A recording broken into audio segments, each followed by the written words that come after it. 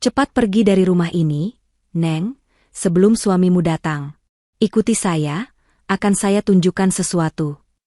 Aku yang bingung mengikutinya ke dalam hutan gelap di belakang rumah. Di sanalah jantungku serasa berhenti berdetak. Ternyata rumah megah yang kutempati selama ini hanyalah sebuah. Sebelum ceritanya dimulai, silahkan tulis di kolom komentar dari daerah mana saja teman-teman yang menonton cerita ini. Jangan lupa like dan subscribe agar channel ini bisa semakin berkembang dan bisa mempersembahkan cerita yang lebih menarik lagi. Perjalanan itu terasa seperti transisi antara dua dunia. Selama 3 jam meninggalkan hiruk-pikuk Jakarta, lanskap perlahan berubah. Gedung-gedung pencakar langit yang angkuh digantikan oleh hamparan sawah hijau yang menenangkan. Jalanan tol yang bising berganti menjadi jalan pedesaan yang sempit dan berkelok, dinaungi oleh pepohonan rindang. Maharani menatap semua itu dari jendela mobil, merasakan setiap kilometer membawa jiwanya lebih jauh dari kehidupan lama yang penuh tenggat waktu dan ambisi. Di sisinya, Galih menyetir dengan tenang. Senyum tak pernah lepas dari bibirnya setiap kali ia menoleh pada Maharani. Tangan kirinya senantiasa menggenggam jemari Maharani, seolah takut istrinya itu akan lenyap jika dilepaskan sedetik saja. Sebentar lagi sampai, sayang, ujar Galih lembut, suaranya memecah keheningan yang nyaman di antara mereka. Kau akan suka rumahnya. Aku jamin. Maharani tersenyum, meremas genggaman tangan suaminya. Aku sudah suka perjalanannya. Rasanya damai sekali di sini.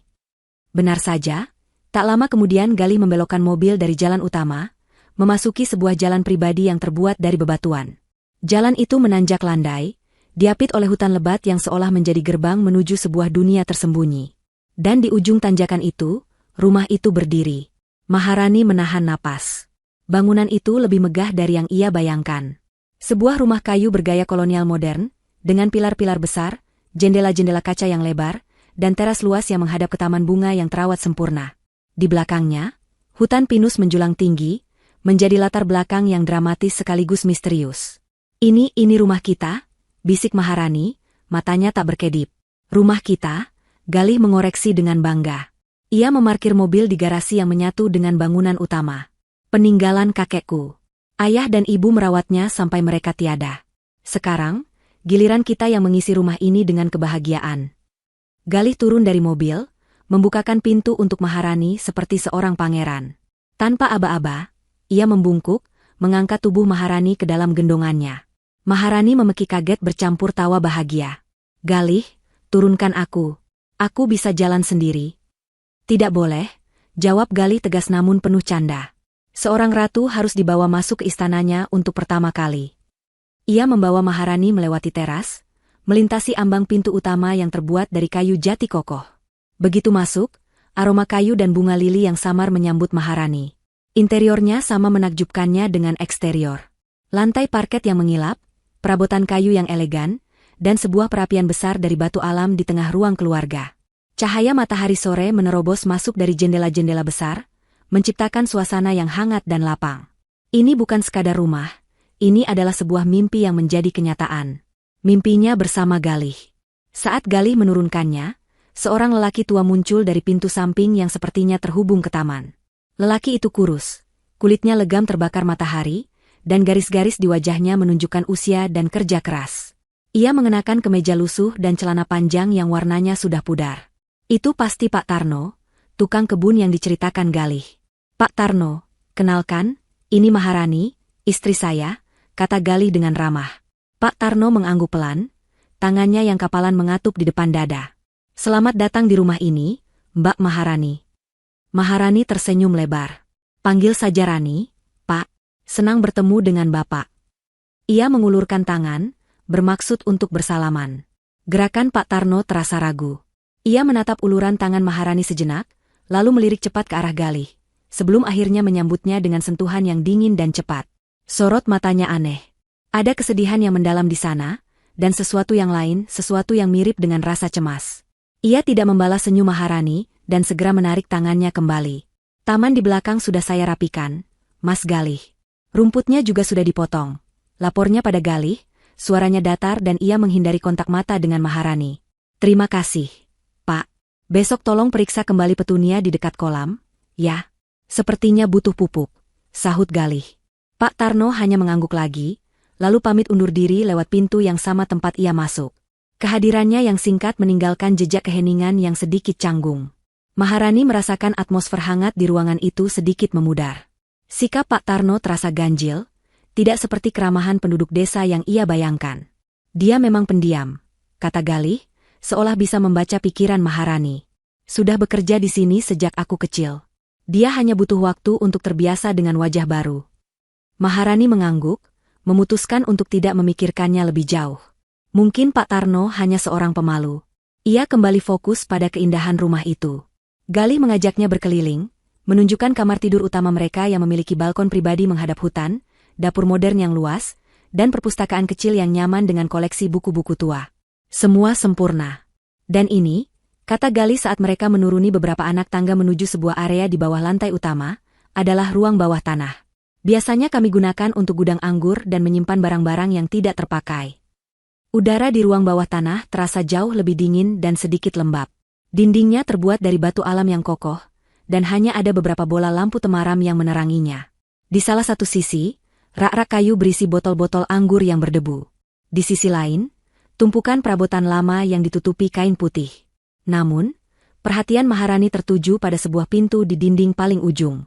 Pintu itu berbeda dari pintu lain di rumah itu. Terbuat dari kayu ek yang tebal dan berwarna gelap, dengan engsel besi tempa yang besar dan sebuah gembok kuningan raksasa yang sudah berkarat. Pintu apa itu? Tanya Maharani, rasa penasarannya terusik. Senyum Galih sedikit menegang. Ia berjalan mendekati pintu itu, menyentuh permukaan kayunya yang kasar. Oh, ini hanya gudang tua.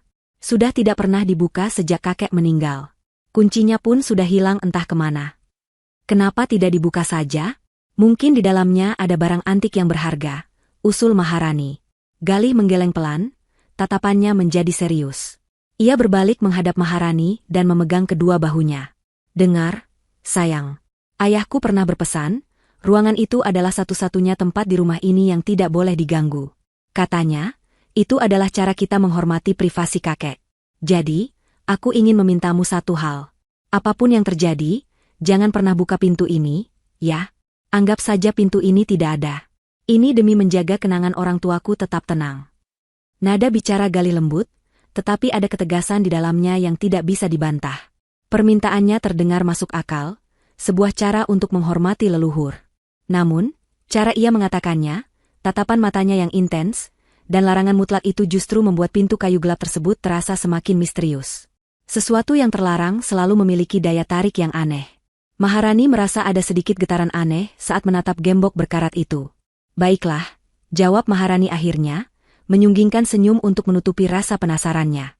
Tentu saja aku tidak akan membukanya. Mereka pun naik kembali ke atas, ke ruangan yang hangat dan terang. Galih memeluknya dari belakang saat mereka berdiri di depan jendela ruang keluarga, menatap matahari yang mulai terbenam di balik hutan pinus. Pemandangannya begitu indah, begitu damai. Maharani menyandarkan kepalanya di dada Galih, menghirup aroma parfum suaminya yang menenangkan. Ia berusaha menghapus citra pintu gelap dan tatapan aneh Pak Tarno dari benaknya.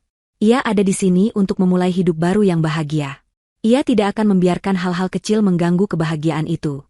Namun, jauh di dalam benaknya, sebuah benih keraguan yang sangat kecil telah ditanam. Sebuah pertanyaan tanpa suara tentang apa yang sebenarnya ada di balik pintu yang terkunci itu. 3 hari pertama adalah murni kebahagiaan.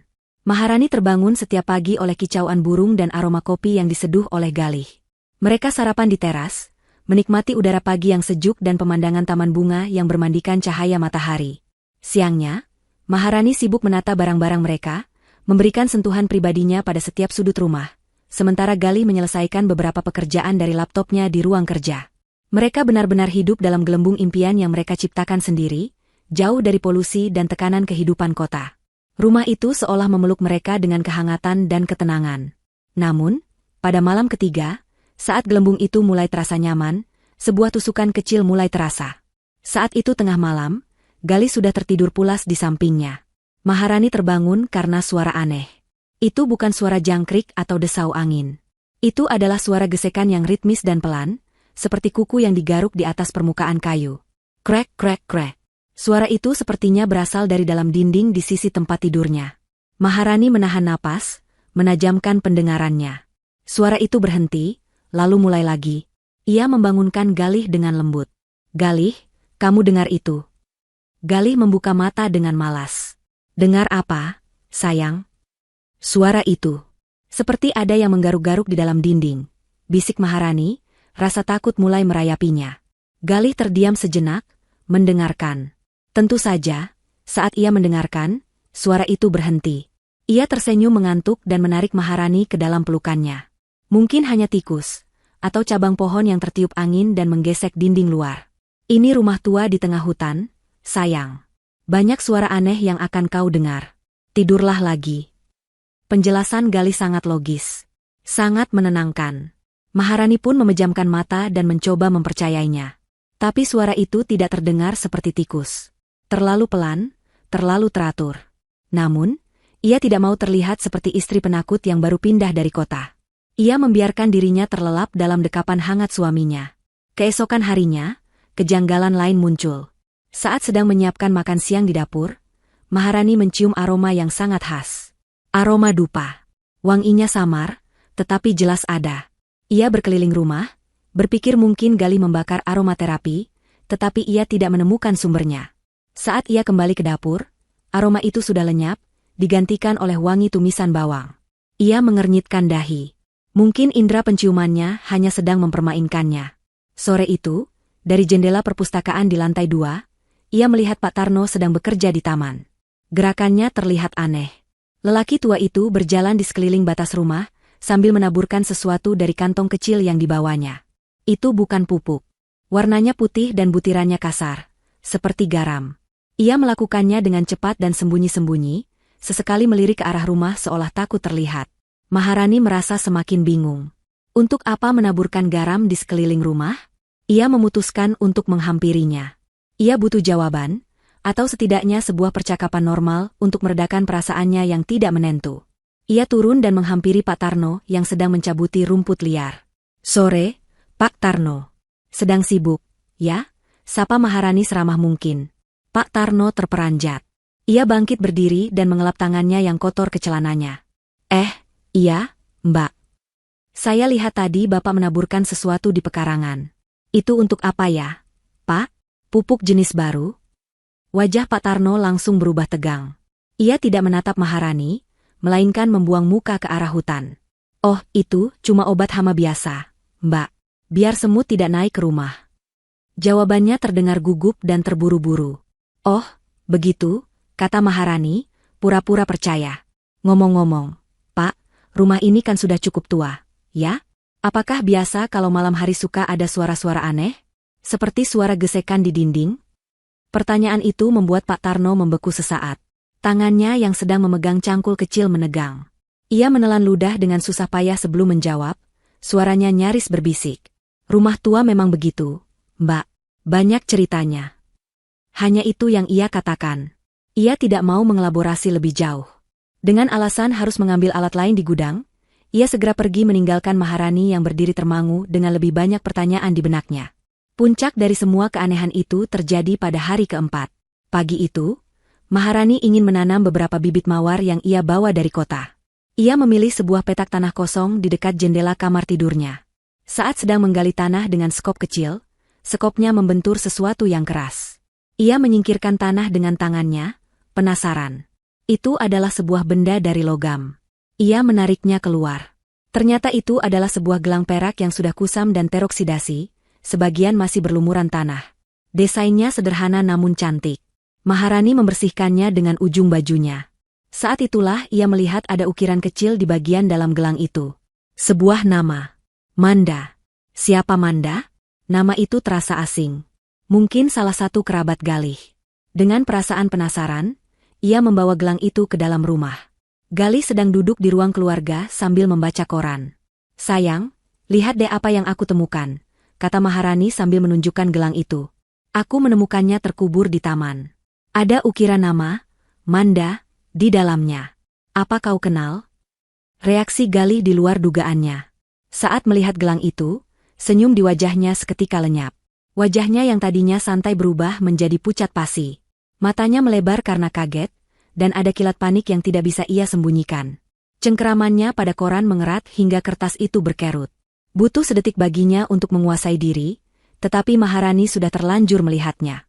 "Dari mana kau dapat ini?" tanya Galih, suaranya rendah dan tegang. "Di taman, dekat jendela kamar." "Aku sedang mau menanam mawar," jawab Maharani, bingung melihat reaksi suaminya. Galih bangkit, berjalan cepat menghampiri Maharani dan tanpa basa-basi merebut gelang itu dari tangannya. Gerakannya kasar dan tidak seperti Galih yang ia kenal. Ini cuma perhiasan tua milik ibu. Mungkin sudah lama sekali jatuhnya. Sebaiknya disimpan saja." Ia menggenggam gelang itu erat-erat, seolah benda itu adalah bukti sebuah kejahatan. "Jangan menanam apapun di area itu lagi, ya. Mungkin tanahnya kurang bagus." "Tapi, Galih, reaksimu." "Aku hanya kaget, itu saja," potong Galih cepat, berusaha tersenyum, tetapi senyumnya terlihat dipaksakan. "Melihat barang peninggalan ibu lagi membuatku teringat pada beliau." Ia kemudian berbalik dan berjalan cepat ke kamar mereka. Maharani mendengar suara laci meja yang dibuka dan ditutup dengan keras. Alasan Galih terdengar logis di permukaan, tetapi kepanikan yang terpancar dari matanya tadi terasa begitu nyata. Itu bukan reaksi seseorang yang terkejut melihat barang kenangan. Itu adalah reaksi seseorang yang rahasianya baru saja nyaris terbongkar. Malam itu, suasana di meja makan terasa berbeda. Galih berusaha bersikap normal, bahkan lebih perhatian dari biasanya, tetapi Maharani bisa merasakannya. Ada dinding tak kasat mata yang tiba-tiba muncul di antara mereka. Saat suara gesekan di dalam dinding kembali terdengar malam itu, lebih jelas dari sebelumnya, Maharani tidak lagi membangunkan Galih. Ia hanya berbaring diam dalam gelap, matanya terbuka lebar, memandangi langit-langit. Surga kecilnya kini terasa seperti sebuah sangkar emas yang indah, namun penuh dengan teka-teki yang mengganggu. Dan ia merasa, nama, Manda, adalah salah satu kunci untuk membuka teka-teki itu. Hari kelima diawali dengan keheningan yang berat. Galih berangkat pagi-pagi sekali, mengatakan ada urusan mendadak di kantor cabang di kota terdekat yang mengharuskannya lembur hingga malam. Biasanya, Maharani akan merasa sedikit sedih ditinggal sendirian, tetapi hari ini, ia justru merasakan kelegaan. Ia butuh waktu untuk sendiri, untuk berpikir, untuk mencoba memahami semua kejanggalan yang telah merusak kedamaian hatinya. Rumah yang tadinya terasa hangat kini, seolah memiliki sudut-sudut gelap yang mengawasinya. Setiap derit lantai kayu atau desau angin di luar jendela membuatnya tersentak. Siang itu, ia mencoba menyibukkan diri. Ia membersihkan perpustakaan, menata ulang buku-buku di rak, berharap rutinitas bisa mengusir pikiran-pikiran buruknya. Namun, pikirannya terus kembali pada 3 hal. Suara garukan di dinding, reaksi panik Galih saat melihat gelang bertuliskan nama Manda, dan sikap Pak Tarno yang penuh rahasia. Ketiganya terasa saling terkait, membentuk sebuah pola misterius yang tidak bisa ia pecahkan. Ia merasa seperti sedang berdiri di depan sebuah pintu teka-teki, tetapi semua petunjuk yang ia miliki tertulis dalam bahasa yang tidak ia mengerti. Sore harinya, saat sedang menyiram tanaman di teras depan, ia melihat Pak Tarno sedang bersiap-siap untuk pulang. Lelaki tua itu mengemasi peralatannya ke dalam gudang kecil di samping garasi. Ini adalah kesempatannya. Maharani menguatkan hati dan berjalan menghampirinya. Kali ini, ia tidak akan membiarkan lelaki itu menghindar. "Pak Tarno," panggilnya, suaranya lebih tegas dari biasanya. Lelaki tua itu berhenti, punggungnya menghadap Maharani. Ia tampak ragu untuk berbalik. "Saya mau bertanya sesuatu, dan saya mohon Bapak mau menjawabnya dengan jujur," lanjut Maharani, berdiri hanya beberapa langkah di belakangnya. "Siapa Manda?" Tubuh Pak Tarno menegang. Ia diam untuk waktu yang sangat lama, cukup lama hingga Maharani berpikir ia tidak akan menjawab. Akhirnya, ia berbalik. Wajahnya terlihat lebih tua dari usianya, dipenuhi guratan kesedihan dan ketakutan yang mendalam. Matanya yang sayu menatap Maharani dengan ekspresi yang sulit diartikan. "Mbak sebaiknya tidak bertanya tentang hal itu," desisnya pelan, suaranya serak. "Ada hal-hal di rumah ini yang lebih baik dibiarkan terkubur. Lupakan nama itu. Demi keselamatan Mbak sendiri." "Bagaimana saya bisa melupakannya, Pak?" Suami saya bereaksi aneh. Bapak juga bersikap aneh. "Saya mendengar suara-suara di malam hari. Saya berhak tahu apa yang terjadi di rumah ini. Ini rumah saya juga sekarang." Suara Maharani sedikit bergetar, campuran antara frustrasi dan rasa takut. Pak Tarno melangkah lebih dekat, matanya bergerak liar mengawasi sekeliling, seolah takut ada yang mendengar percakapan mereka. "Dengar, Mbak," bisiknya dengan nada mendesak. "Saya tidak bisa bicara banyak. Tapi saya mohon, hati-hati. Terutama di malam hari. Jangan terlalu percaya pada apapun yang Mbak lihat atau dengar. Dan jangan pernah, sekali-kali, mendekati pintu di ruang bawah tanah itu. Setelah mengucapkan kalimat itu, ia bergegas mengambil sepeda tuanya dan mengayuhnya menjauh dari rumah dengan cepat, meninggalkan Maharani yang berdiri gemetar. Peringatannya yang samar justru terdengar jauh lebih mengerikan daripada penjelasan apapun. Jangan terlalu percaya. Apakah itu berarti ia tidak boleh percaya pada Galih? Suaminya sendiri? Malam pun tiba, membawa serta kegelapan yang pekat dan keheningan yang menusuk. Hujan mulai turun, awalnya hanya rintik-rintik, lalu berubah menjadi deras, diiringi oleh suara guntur yang sesekali menggelegar di kejauhan. Maharani merasa semakin terisolasi. Ia mengunci semua pintu dan jendela, menyalakan semua lampu di dalam rumah, berusaha melawan kegelapan yang terasa merayap masuk dari luar. Ia mencoba menelepon Galih, tetapi panggilannya langsung masuk ke kotak suara. Mungkin tidak ada sinyal karena hujan deras. Sekitar tengah malam, saat hujan sedikit mereda, ia mendengar suara itu lagi. Suara garukan dari dalam dinding kamarnya. Kali ini lebih keras, lebih panik, lebih putus asa. Krek, krek, krek, krek. Seolah seseorang atau sesuatu di dalam sana sedang berusaha mati-matian untuk keluar.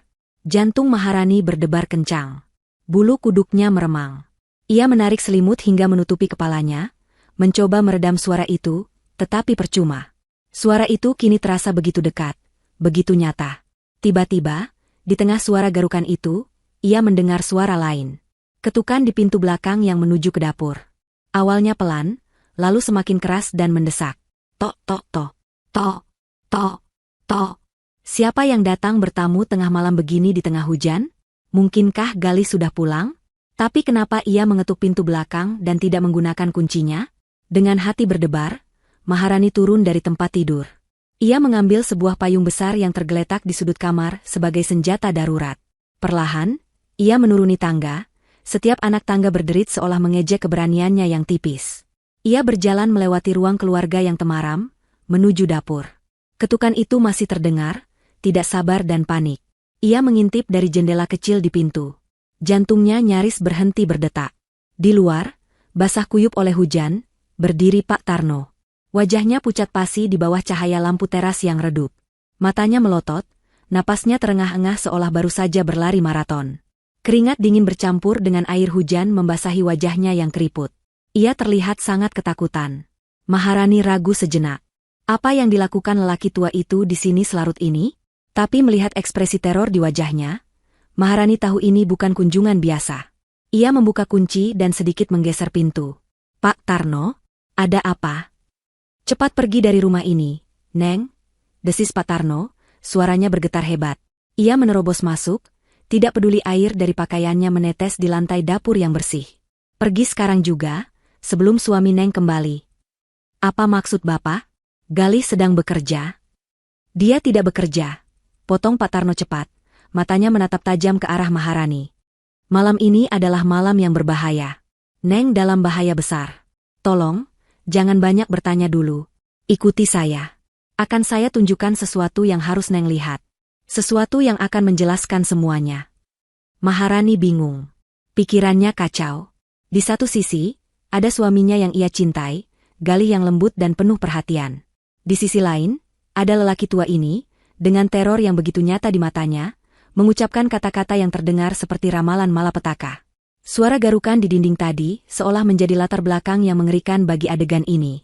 Sesuatu yang sangat salah sedang terjadi. Rasa penasarannya, yang dipupuk oleh kejanggalan selama berhari-hari, akhirnya mengalahkan rasa takut dan keraguannya. Ia harus tahu kebenarannya. Baik, Pak, kata Maharani, suaranya lebih mantap dari yang ia duga. Saya ikut. Pak Tarno mengangguk lega. Jangan bawa apa-apa. Pakai jaket saja. Kita harus cepat. Maharani bergegas mengambil jaket di ruang depan. Saat ia kembali, Pak Tarno sudah menunggunya di pintu belakang, memegang sebuah senter besar yang menyala.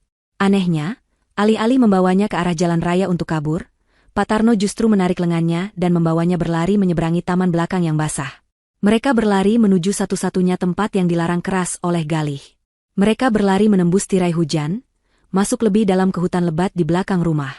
Hutan di malam hari adalah dunia yang sama sekali berbeda. Kegelapan begitu pekat hingga terasa padat, seolah bisa disentuh. Satu-satunya sumber cahaya adalah sorot senter Pak Tarno yang bergoyang-goyang, menciptakan bayangan-bayangan menakutkan dari pepohonan yang menjulang seperti monster-monster purba. Hujan telah sedikit mereda, menyisakan tetesan air dari dedaunan yang jatuh di kepala dan bahu mereka, terasa dingin seperti jari-jari es. Tanah becek dan licin, membuat setiap langkah menjadi perjuangan.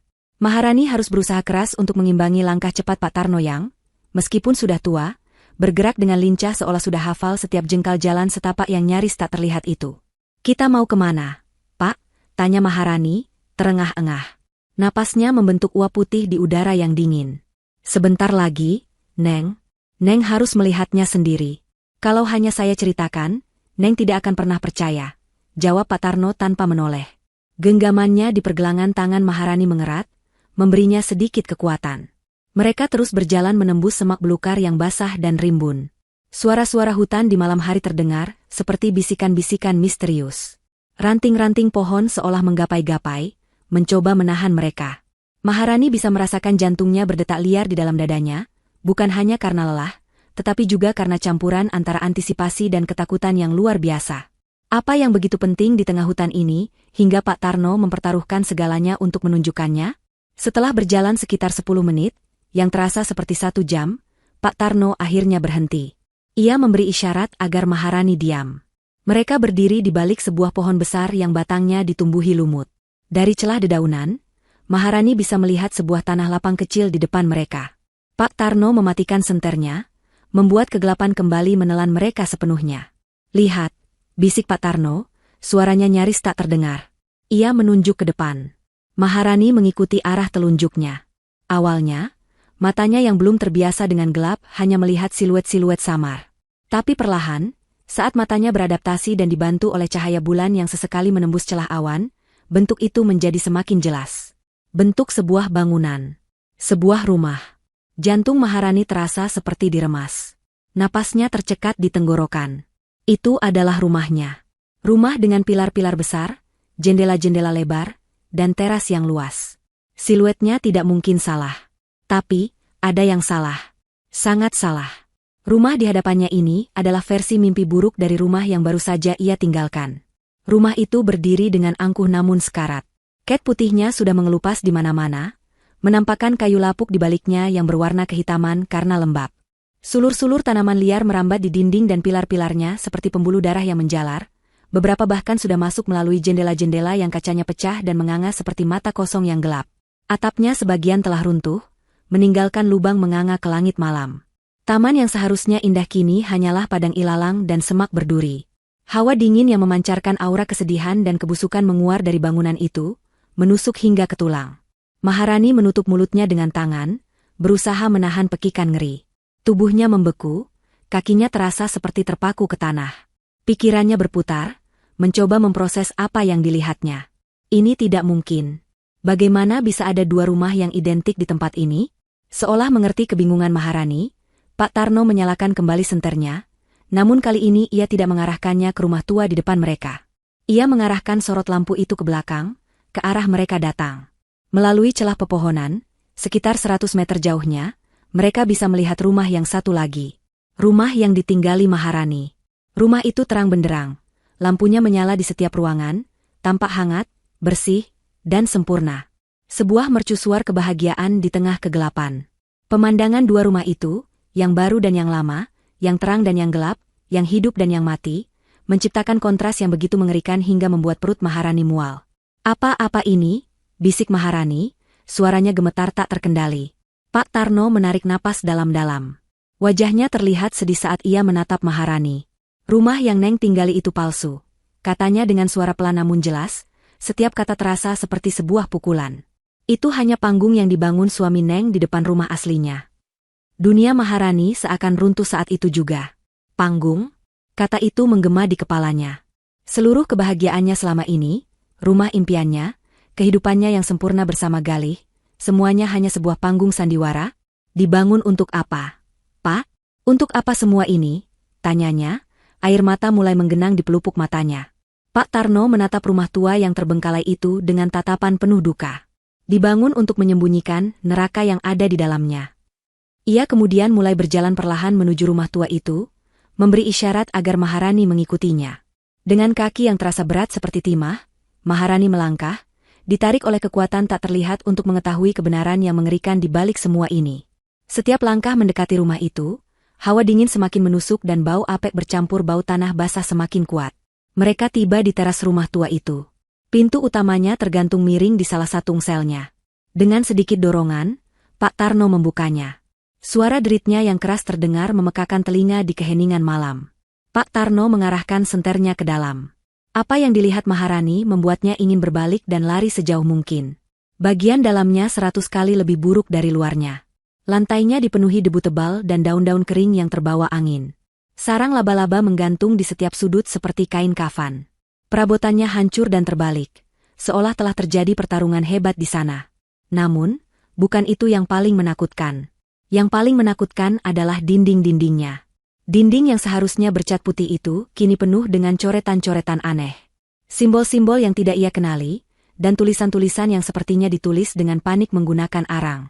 Ada satu tulisan yang terus berulang di mana-mana, di dinding, di lantai, bahkan di langit-langit. Tolong.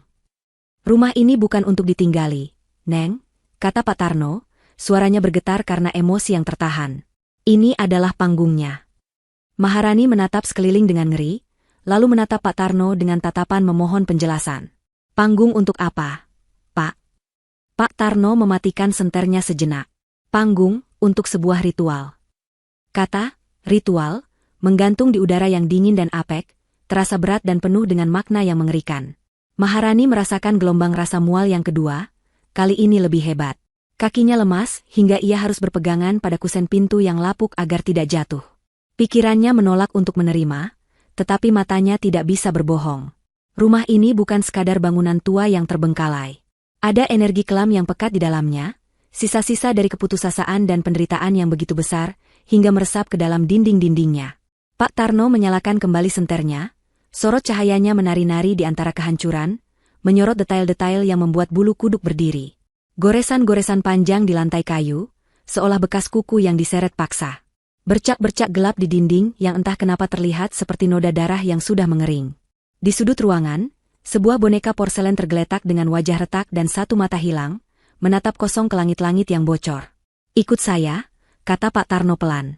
Ia berjalan lebih dalam, langkahnya hati-hati, seolah tidak ingin membangunkan sesuatu yang tertidur di sana. Maharani, meskipun seluruh instingnya berteriak untuk lari, memaksakan kakinya untuk mengikuti. Ia harus tahu. Ia harus mengerti kenapa hidupnya tiba-tiba berubah menjadi sebuah fragmen dari film horor. Pak Tarno membawanya melewati ruang keluarga yang hancur, menuju sebuah koridor gelap. Bau busuk dan anyir yang samar semakin menusuk hidung. Mereka berhenti di depan sebuah pintu. Pintu ini pun penuh dengan simbol-simbol aneh yang digambar dengan arang. Lebih banyak dan lebih rumit daripada yang ada di dinding luar. Pak Tarno mendorongnya perlahan. Pintu itu terbuka tanpa suara. Anehnya tidak seperti pintu depan yang berderit keras.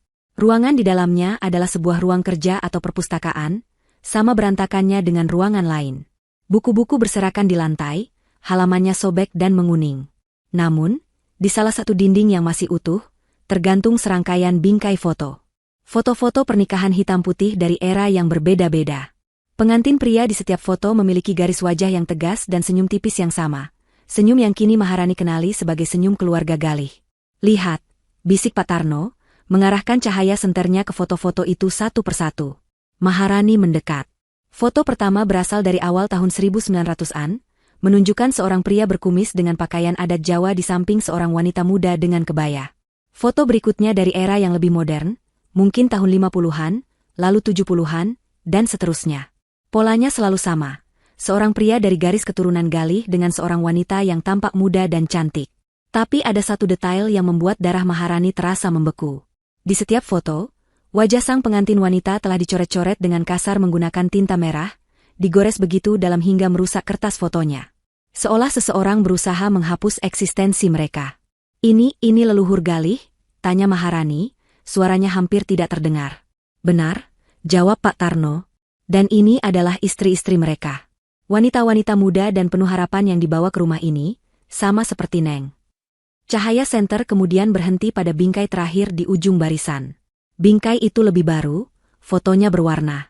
Di dalamnya, seorang Galih yang lebih muda, tersenyum lebar ke arah kamera. Di sampingnya, Berdiri seorang wanita cantik berambut panjang dengan gaun pengantin sederhana. Wajah wanita itu familiar. Maharani pernah melihatnya, di dalam penglihatan kilatnya saat menyentuh gagang pintu rumah ini. Wanita di foto itu adalah Manda. Tidak seperti foto-foto lainnya, wajah Manda tidak dicoret. Fotonya masih utuh. Namun, di bawah bingkai itu, di atas meja kecil yang berdebu, tergeletak sebuah spidol merah yang sudah kering. Dia istri pertama suamimu, kata Pak Tarno pelan, seolah sedang membicarakan arwah. Dia menghilang tepat 3 tahun yang lalu di malam seperti ini. Maharani menatap foto Manda, lalu beralih ke spidol merah itu. Sebuah kesadaran yang mengerikan mulai terbentuk di benaknya. Spidol itu belum sempat digunakan. Sesuatu telah terjadi sebelum wajah Manda sempat dicoret seperti para pendahulunya. Apa yang terjadi pada mereka semua? Pak, apa maksud Bapak dengan ritual? Desak Maharani, suaranya kini menuntut jawaban. Pak Tarno menghela napas panjang, napas seseorang yang telah memikul beban berat terlalu lama. Ia mengajak Maharani duduk di sebuah peti kayu tua, satu-satunya benda yang masih utuh di ruangan itu. Ia pun mulai bercerita. Keluarga suami Neng, mulainya, bukan keluarga biasa. Sejak buyutnya, mereka terikat oleh sebuah perjanjian. Perjanjian dengan sesuatu yang gelap dan kuno, yang bersemayam di tanah ini jauh sebelum rumah ini dibangun. Perjanjian itu memberikan mereka kekayaan, kesuksesan, dan pengaruh yang luar biasa. Maharani mendengarkan dalam diam, setiap kata terasa menusuknya. Tapi, lanjut Pak Tarno, semua itu ada harganya. Harga yang sangat mahal, yang harus dibayar dengan darah. Setiap generasi, pewaris laki-laki dari keluarga ini harus mempersembahkan satu nyawa kepada entitas itu untuk memperbarui perjanjian. Dan nyawa yang diminta adalah nyawa istrinya sendiri. Dada Maharani terasa sesak, seolah semua udara telah diisap keluar dari paru-parunya. Tumbal. Ia adalah calon tumbal. Rumah ini, kata Pak Tarno sambil menunjuk sekeliling, adalah altarnya. Dan rumah baru yang indah itu, ia melirik ke arah luar, adalah kandang emasnya. Dibangun oleh ayah Mas Galih. Tujuannya untuk menipu, untuk membuat sang calon korban merasa nyaman, dicintai, dan benar-benar aman.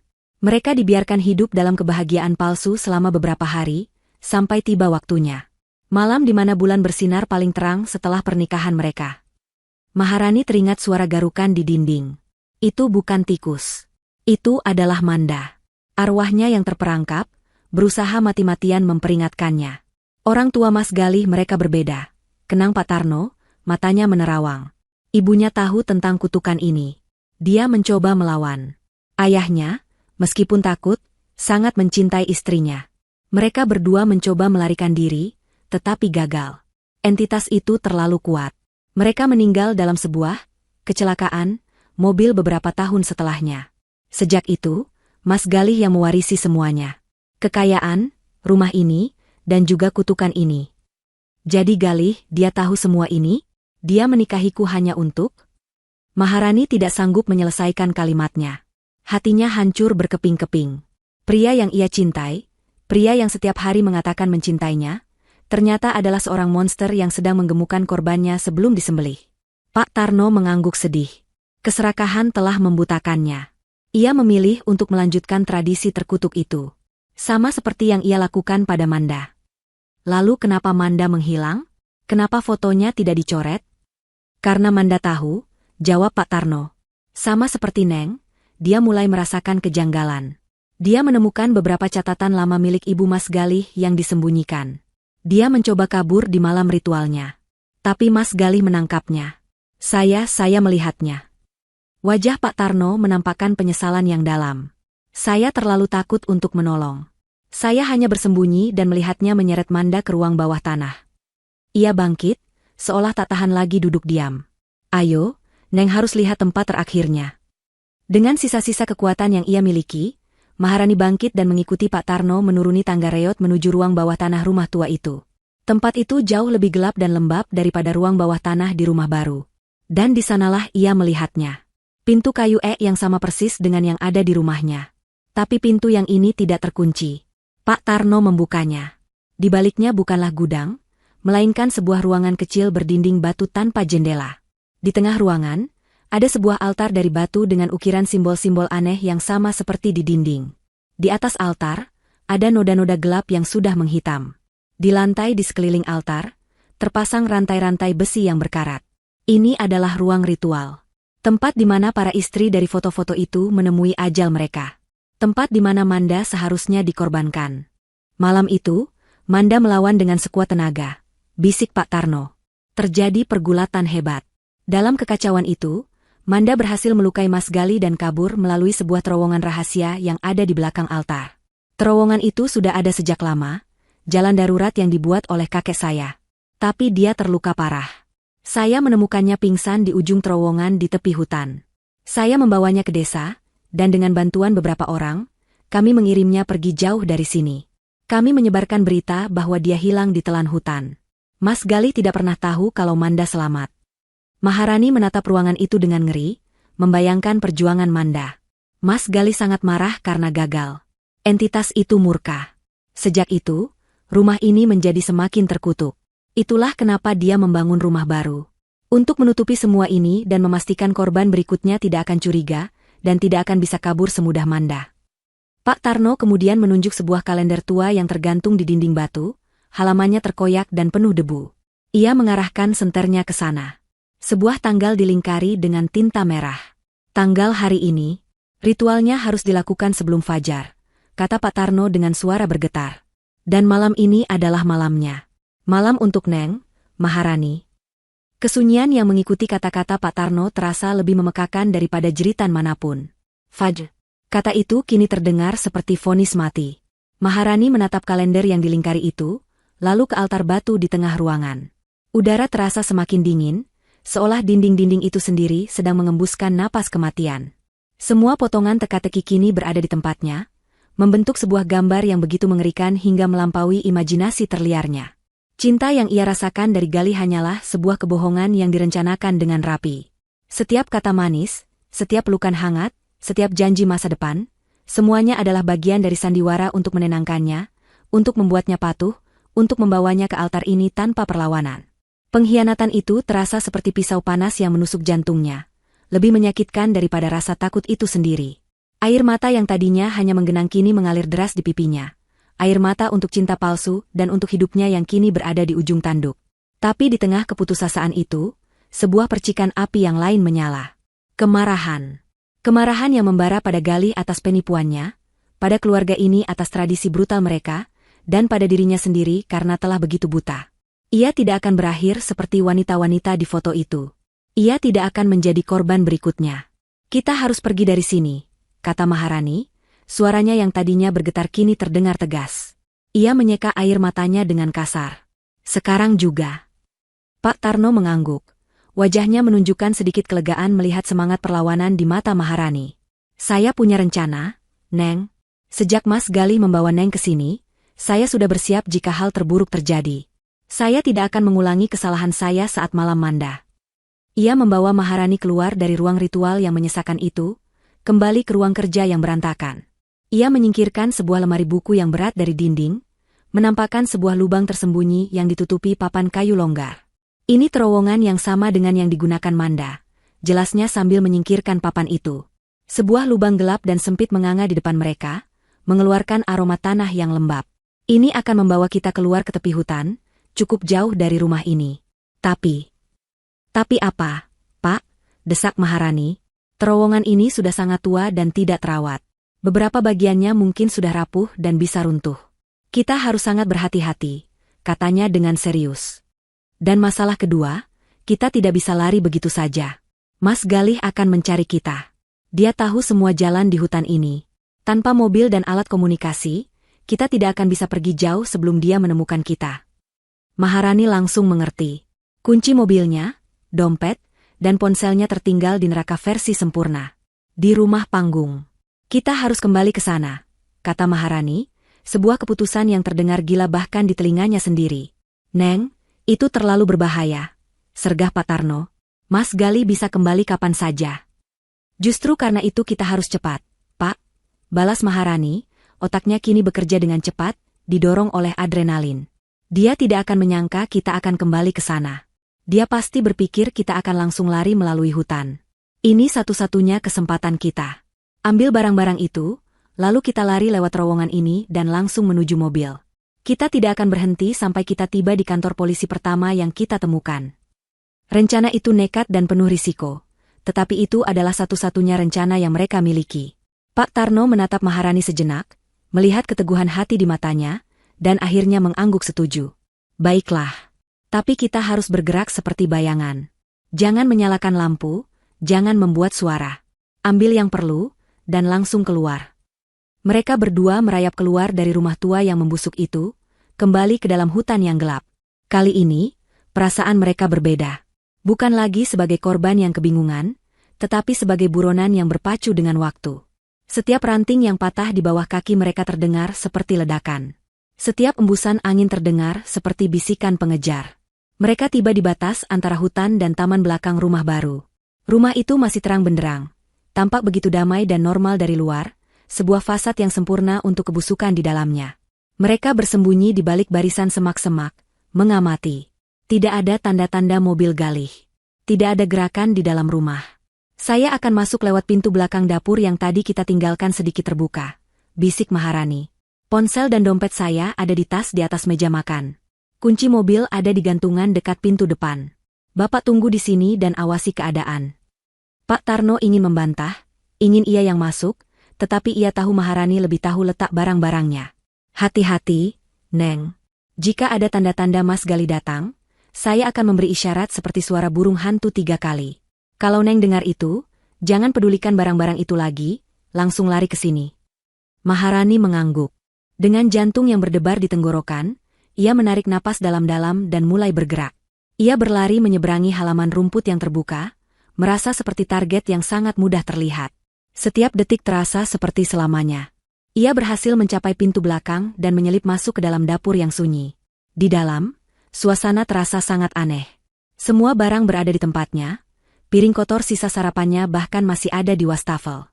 Kontras antara kenangan bahagianya di ruangan ini beberapa jam yang lalu dengan kenyataan mengerikan yang baru saja ia pelajari membuatnya merasa pusing. Ia bergerak cepat ke ruang makan. Benar saja, tasnya tergeletak di atas meja. Ia meraih ponsel dan dompetnya, memasukkannya ke dalam saku jaket. Satu lagi, kunci mobil. Ia berjalan mengendap-endap menuju ruang depan. Ia bisa melihat gantungan kunci itu di dinding dekat pintu utama. Hanya beberapa meter lagi. Saat itulah, saat tangannya hampir menggapai kunci itu, indranya menangkap sesuatu. Sebuah suara. Suara yang tidak berasal dari luar. Suara deru mesin mobil yang mendekat dengan cepat di jalan pribadi menuju rumah. Jantung Maharani serasa berhenti berdetak. Ia melompat panik, meraih kunci mobil dari gantungan. Pada saat yang sama, sepasang lampu mobil yang terang menyorot masuk melalui jendela ruang keluarga, menyapu seluruh ruangan dengan cahayanya yang menyilaukan. Gali sudah pulang. Jauh lebih awal dari yang diperkirakan. Cahaya lampu mobil yang menyilaukan itu terasa seperti tatapan mata raksasa yang memaku Maharani di tempatnya. Untuk sepersekian detik yang terasa abadi, ia membeku, tangannya yang gemetar mencengkeram kunci mobil dengan erat. Suara mesin mobil yang dimatikan, diikuti oleh bunyi pintu mobil yang dibanting menutup, adalah genderang perang yang menandai dimulainya perburuan. Ia tidak punya waktu. Ia tidak bisa lari ke pintu belakang. Halaman rumput yang terbuka akan membuatnya menjadi sasaran empuk. Pintu depan adalah jalan buntu, Galih ada di sana. Panik memompa adrenalin ke seluruh tubuhnya. Ia harus bersembunyi. Sekarang juga. Matanya bergerak liar, memindai ruangan. Di bawah tangga yang menuju ke lantai 2, ada sebuah lemari mantel yang tinggi. Tanpa berpikir 2 kali, ia berlari ke sana, menarik pintunya yang sedikit berderit, dan menyelip masuk ke dalam. Ia menarik pintu itu hingga tertutup rapat, meninggalkan celah setipis rambut untuk mengintip. Di dalamnya gelap, sesak, dan berbau kapur barus. Ia bisa mendengar detak jantungnya sendiri bergemuruh di telinga, begitu keras hingga ia takut Gali bisa mendengarnya. Terdengar suara kunci dimasukkan ke lubang pintu, lalu pintu utama terbuka. Sosok Gali muncul di ambang pintu, siluetnya tampak besar dan mengancam dengan latar belakang malam yang gelap. Ia melangkah masuk dan menutup pintu di belakangnya. Keheningan menyelimuti rumah. Maharani menahan napas, setiap otot di tubuhnya menegang. "Rani, sayang, aku pulang," panggil Galih. Suaranya terdengar normal, sama seperti suara lembut yang biasa Maharani dengar. Tapi di keheningan rumah yang kosong, suara itu terdengar ganjil, sebuah nada palsu dalam sebuah opera yang mengerikan. Ia pasti sudah melihat mobilnya tidak ada di garasi. Panggilan itu adalah sebuah pancingan. Maharani tidak menjawab. Ia hanya diam, berdoa di dalam lemari yang pengap itu. Terdengar langkah kaki Galih di lantai parket. Pelan, terukur, tidak terburu-buru. Langkah kaki seorang predator yang tahu mangsanya terpojok. Ia berjalan ke ruang makan. Maharani bisa melihatnya dari celah pintu lemari. Ia melihat tas tangan Maharani yang masih tergeletak di atas meja. Galih berhenti, menatap tas itu sejenak. Lalu ia menoleh, matanya menyapu seluruh ruangan, berhenti sejenak di gantungan kunci dekat pintu depan yang kini kosong. "Rani," panggilnya lagi. Kali ini, nada lembut itu sedikit berkurang, digantikan oleh hawa dingin yang menusuk. "Kau di mana, sayang? Kenapa rumah gelap sekali?" Ia menyalakan saklar lampu di ruang depan.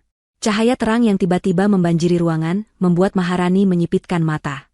Kini ia merasa lebih terekspos. Galih mulai berjalan, memeriksa setiap ruangan di lantai bawah. Ia masuk ke dapur, lalu ke ruang keluarga. Setiap kali ia bergerak, Maharani merasa seolah lantai di bawahnya ikut bergetar. Ia bisa mendengar suara laci dibuka dan ditutup, lalu pintu kulkas. Seolah-olah ia sedang benar-benar mencari istrinya yang mungkin sedang menyiapkan kejutan makan malam. Sebuah sandiwara yang dimainkannya seorang diri. Langkah kakinya kemudian berhenti tepat di depan lemari tempat Maharani bersembunyi. Jantung Maharani serasa berhenti berdetak. Ini adalah akhir baginya. Ia memejamkan mata, menunggu pintu lemari ditarik terbuka. Ia bisa merasakan kehadiran Galih di luar, hanya beberapa senti dipisahkan oleh selembar papan kayu tipis. Detik-detik berlalu seperti jam. Tiba-tiba, ia mendengar suara yang menyelamatkannya. Suara burung hantu, 3 kali. Hu, hu, hu. Itu adalah isyarat dari Pak Tarno. Lelaki tua itu pasti melihat Galih datang dan mencoba memperingatkannya, meskipun sudah terlambat. Suara burung hantu itu rupanya juga menarik perhatian Galih. Langkah kakinya menjauh dari lemari, menuju jendela di ruang keluarga. "Burung hantu sialan," gumamnya, suaranya kini sama sekali tidak terdengar ramah. Ini adalah kesempatan bagi Maharani. Saat Galih membelakanginya, ia bisa mencoba lari ke lantai 2. Di sana lebih banyak tempat untuk bersembunyi. Tapi risikonya sangat besar. Lantai kayu tua itu pasti akan berderit. Galih berbalik dari jendela. "Baiklah. Kau mau main petak umpet, HM?" katanya pada keheningan. "Aku suka permainan ini." Ia mulai menaiki tangga. Satu persatu. Suara langkahnya menggema di seluruh rumah. Maharani tahu waktunya hampir habis. Saat Galih sudah di lantai 2, ia tidak akan punya jalan keluar. Ia harus bergerak sekarang. Begitu Galih menghilang di puncak tangga, Maharani mendorong pintu lemari dengan sangat perlahan, berusaha tidak menimbulkan suara. Ia keluar dari persembunyiannya, kakinya terasa kaku. Ia tidak berani berlari ke pintu belakang. Sebagai gantinya, ia mengendap-endap ke arah dapur, berpikir mungkin ada jendela yang bisa ia buka. Saat ia sampai di ambang pintu dapur, ia mendengar suara dari lantai atas. Suara pintu kamar mereka dibuka dengan keras. "Aku tahu kau di suatu tempat, Rani," teriak Galih. Suaranya kini berubah menjadi geraman dingin penuh amarah. Topengnya sudah mulai lepas.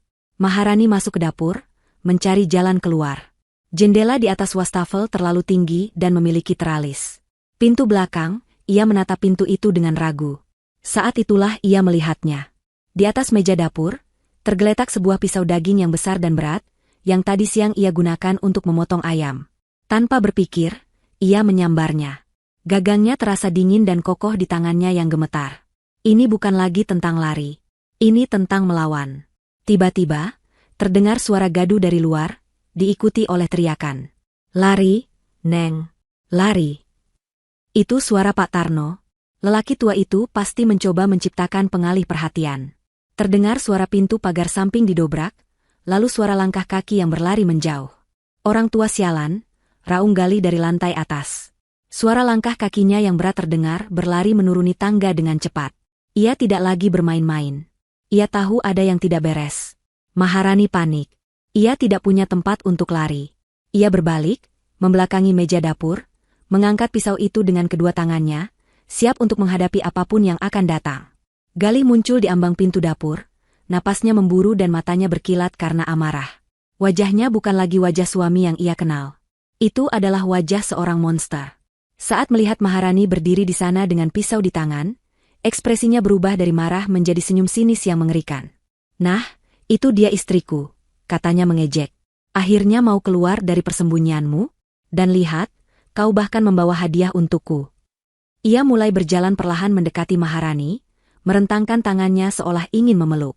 Jangan mendekat, pekik Maharani, mengacungkan pisau itu ke depan.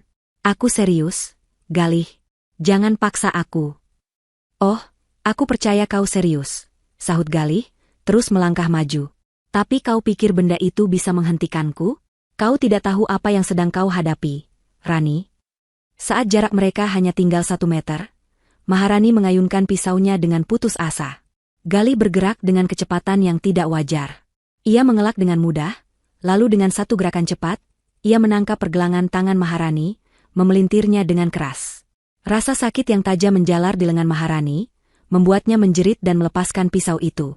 Pisau itu jatuh ke lantai dengan bunyi dentang yang memekakan. Dalam sekejap, Galih sudah memegang kedua tangannya, mendorong tubuhnya ke dinding dengan keras hingga kepala Maharani terbentur. Bintang-bintang kecil menari di depan matanya.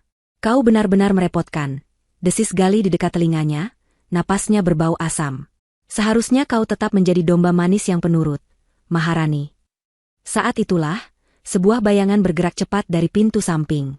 Pak Tarno, yang ternyata tidak lari jauh, menerjang masuk sambil membawa sebuah cangkul kecil dari gudang. Lepaskan dia, brengsek, teriaknya, mengayunkan cangkul itu ke arah punggung Galih. Namun, Galih sepertinya memiliki indera keenam.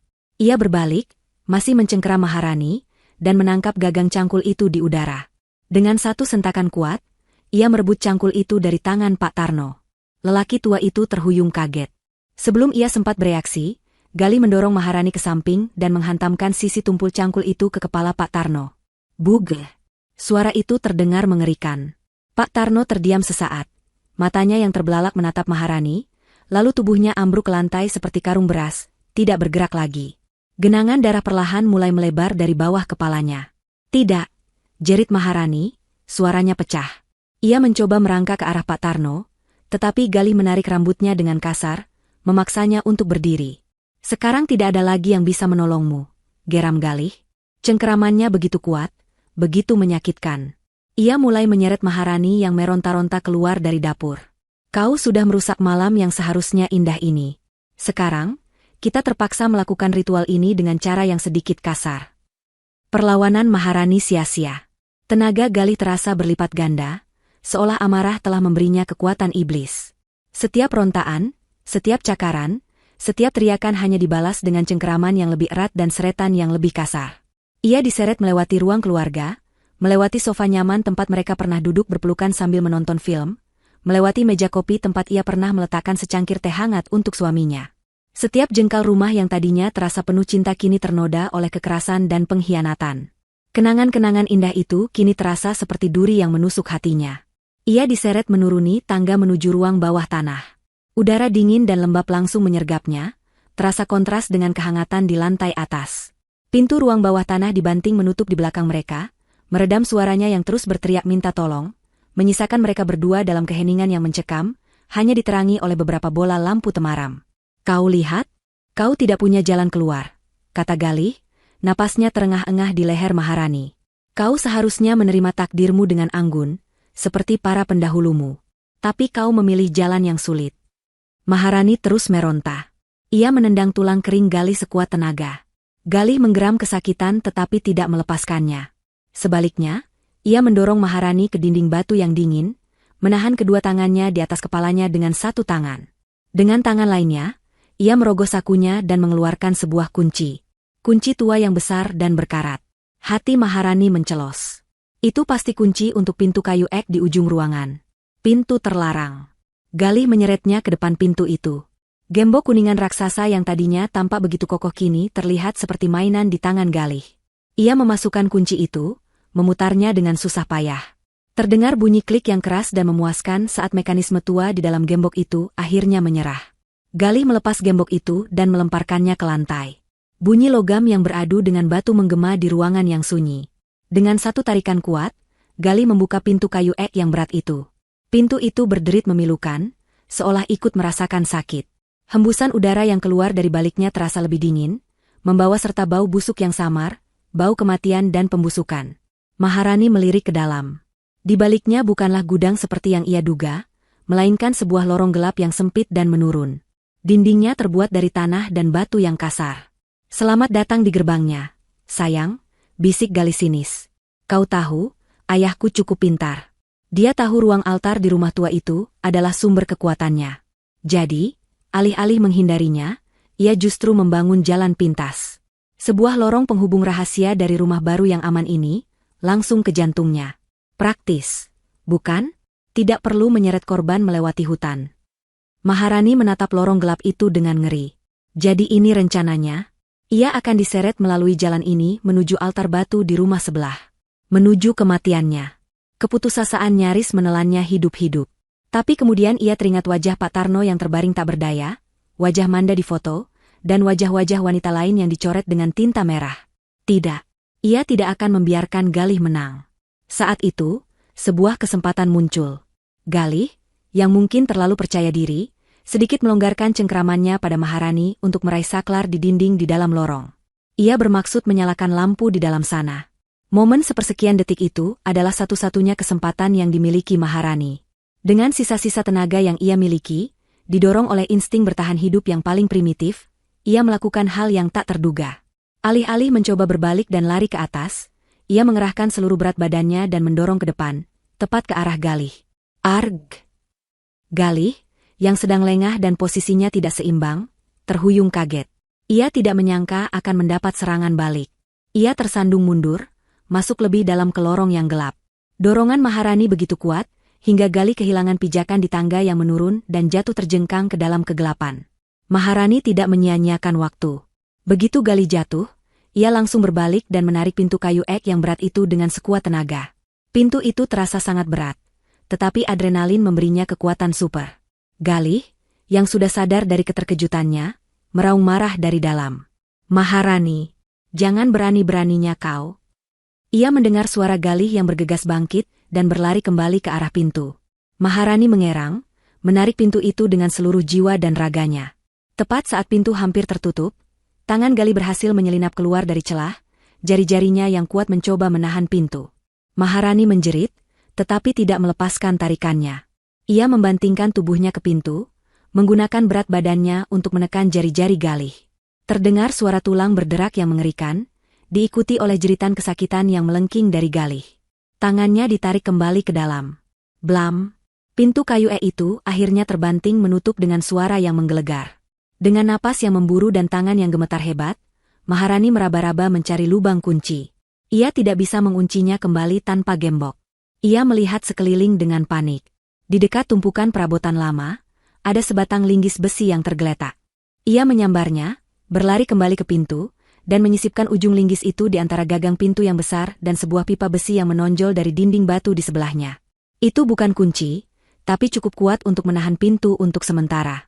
Gedebuk, gedebuk, gedebuk. Pintu itu bergetar hebat. Galih menggedornya dari dalam dengan amarah membabi buta. "Buka pintu ini, Jalang. Kau tidak akan bisa lari.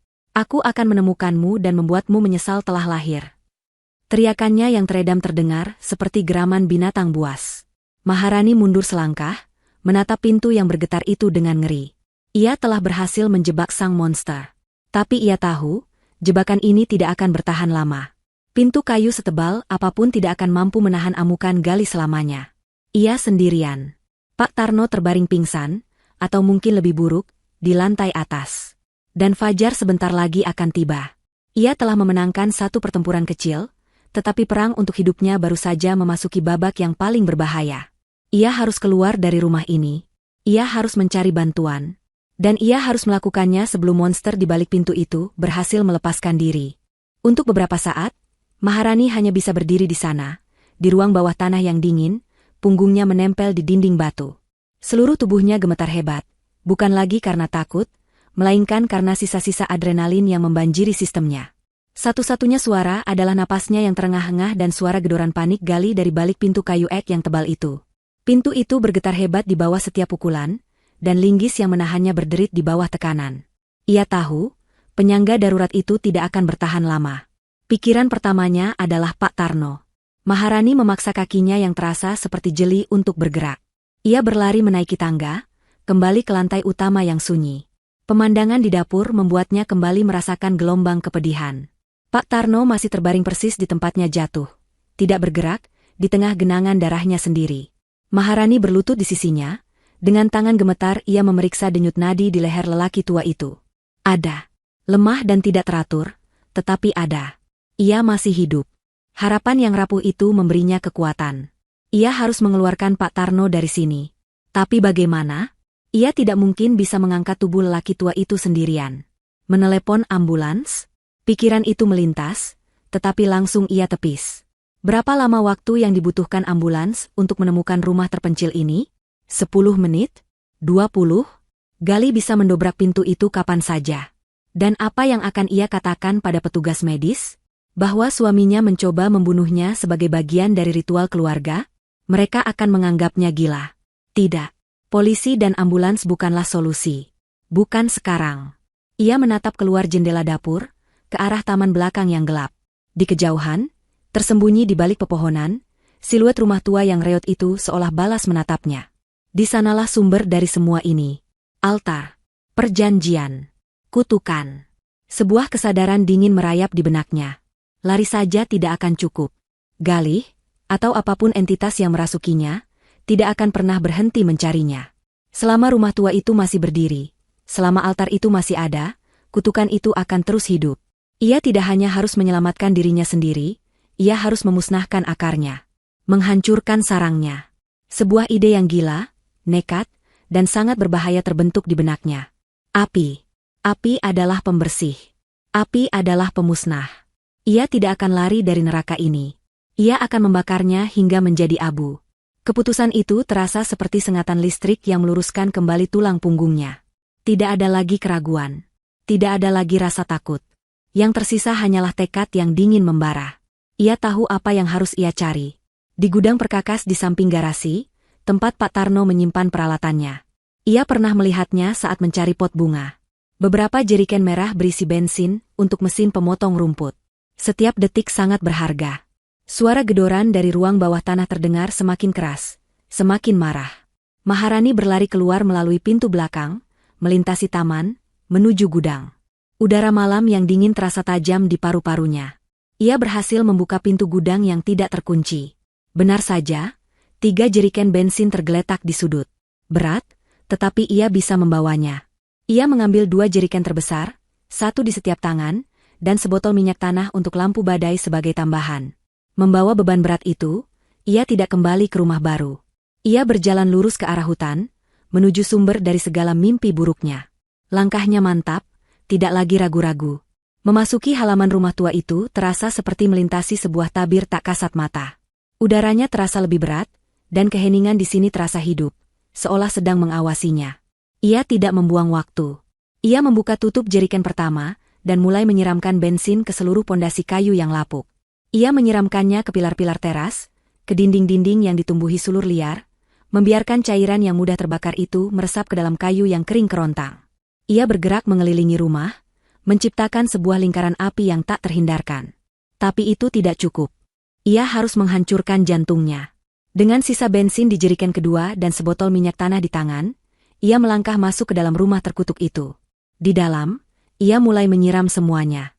Ruang keluarga yang hancur, koridor yang gelap, dan terutama, ruang kerja tempat foto-foto terkutuk itu digantung. Ia menyiramkan minyak tanah ke setiap bingkai foto, ke setiap wajah istri yang telah dicoret, seolah sedang membasuh penderitaan mereka dengan janji pembalasan. Terakhir, ia menuruni tangga menuju ruang bawah tanah, menuju ruang altar.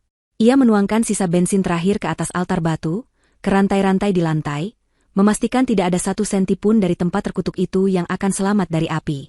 Saat ia selesai, seluruh rumah tua itu telah basah oleh bahan bakar, aromanya yang tajam memenuhi udara. Ia merogoh sakunya, tangannya menemukan sebuah kotak korek api yang selalu ia bawa di dalam tasnya, sebuah kebiasaan lama. Tepat saat ia hendak menyalakan korek pertama, sebuah suara yang memekakan telinga terdengar dari arah rumah baru. Bukan lagi suara gedoran, melainkan suara kayu yang patah dan hancur. Diikuti oleh raungan kemenangan yang buas. Galih telah bebas. Maharani tidak menunggu. Ia tahu ia hanya punya beberapa detik. Ia menyalakan sebatang korek api. Apinya menari-nari di ujung jarinya, tampak kecil dan rapuh di tengah kegelapan yang pekat. Maharani. Suara itu datang dari belakangnya. Begitu dekat. Ia berbalik. Galih berdiri di ambang pintu ruang bawah tanah. Bukan pintu yang ia kunci, melainkan pintu lain yang terhubung dengan lorong rahasia. Ia berhasil mendobraknya dari dalam. Wajahnya adalah topeng amarah dan kebencian murni. Pakaiannya robek, wajah dan lengannya penuh goresan dan serpihan kayu. Matanya berkilat merah dalam kegelapan. Ia melihat Maharani, melihat jeriken kosong di kakinya, dan korek api yang menyala di tangannya. Ia mengerti. Dengan raungan yang tidak lagi terdengar seperti suara manusia, ia menerjang maju. Tapi ia terlambat. Tepat saat jari-jari Galih hampir menggapai lengannya, Maharani melemparkan korek api yang menyala itu ke lantai yang telah basah oleh bensin. Hasilnya tidak seperti api biasa. Itu adalah sebuah ledakan. Api tidak merambat, ia meledak menjadi hidup. Dengan suara raungan yang menyaingi raungan Galih, dinding api langsung membubung tinggi, melahap semuanya dalam sekejap. Ruangan itu berubah menjadi neraka dalam sepersekian detik. Api menjalar dengan kecepatan yang tidak wajar, seolah memiliki kehendak sendiri, melesat melalui koridor dan ruangan yang telah dibasahi bensin. Galih menjerit, bukan lagi karena amarah, tetapi karena teror dan rasa sakit saat api menyambar kakinya. Ia terperangkap di dalam. Maharani sudah berlari keluar begitu ia melemparkan korek itu. Ia berhasil mencapai teras depan tepat saat seluruh rumah itu dilalap api. Panasnya begitu hebat hingga ia bisa merasakannya membakar kulitnya dari jarak beberapa meter.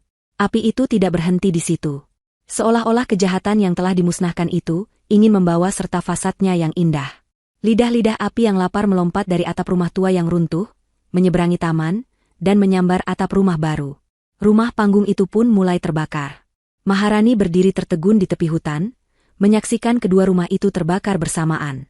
Di tengah suara gemertak kayu dan raungan api, ia bisa mendengar satu suara terakhir. Jeritan panjang Galih yang penuh penderitaan, yang perlahan-lahan lenyap ditelan oleh suara api penyuciannya sendiri. Api melukis langit malam dengan warna oranye dan merah yang mengerikan. Panasnya terasa hingga ke tepi hutan tempat Maharani berdiri terhuyung-huyung. Asap tebal membubung tinggi, membawa serta abu dari 100 tahun kebohongan, keserakahan, dan penderitaan. Jeritan Galih telah lama hilang, digantikan oleh simfoni kehancuran yang dahsyat. Maharani menyaksikan kedua rumah itu, panggung dan altar, menjadi satu tumpukan api raksasa, sebuah monumen yang terbakar untuk sebuah kutukan yang akhirnya telah berakhir. Namun, tidak ada waktu untuk terpaku. Pak Tarno.